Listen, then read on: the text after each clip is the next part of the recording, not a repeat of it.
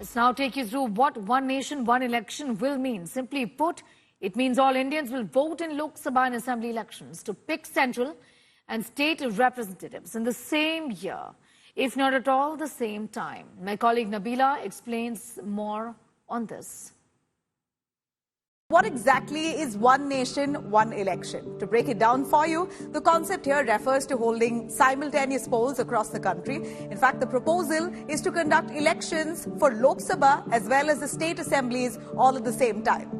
In India, the general elections to elect the members of parliament and state assembly polls are all held separately when the tenure of the incumbent government comes to an end or when it gets dissolved for some reason. Now, the concept, however, does not encompass panchayat elections or state municipality elections and by-election. Notably, one nation, one election concept is certainly not new. It was already in practice until 1967. In fact, India has held simultaneous polls even before. General elections and elections to the state assemblies were held together in 1952, in 1957, in 1962 and in 1967. The inception of this concept. In 1983, the Election Commission of India, the ECI, had suggested simultaneous elections. In 2003, Prime Minister Atal Bihari Vajpayee took up the matter with the Congress President Sonia Gandhi. However, there wasn't much headway there.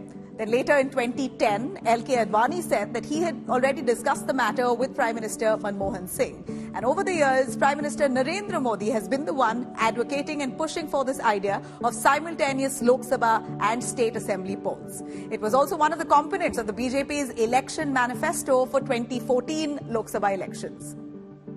Now, the pros and cons to it. Supporters of the one nation, one election often underline that once implemented, it would bring down the overall expenditure on the electoral process. As per reports, a whopping 60,000 crores was spent on the previous 2019 Lok Sabha elections. Now, simultaneous elections is also likely to boost voter turnout, making it quite convenient for the electorate to cast ballot at once.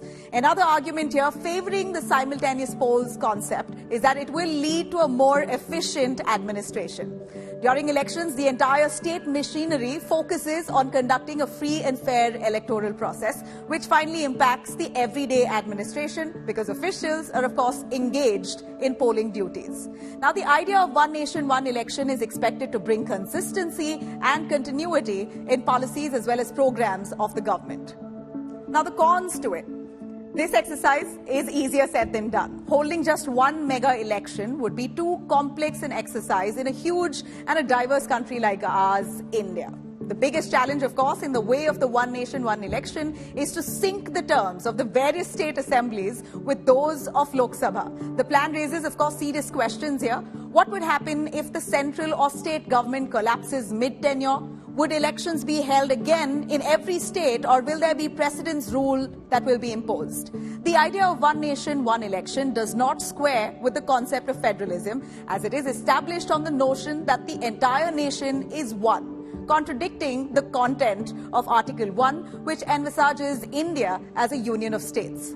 Additionally, there is worry that regional issues might just get overshadowed. It may be just sidelined by national issues affecting the electoral outcome at the state level.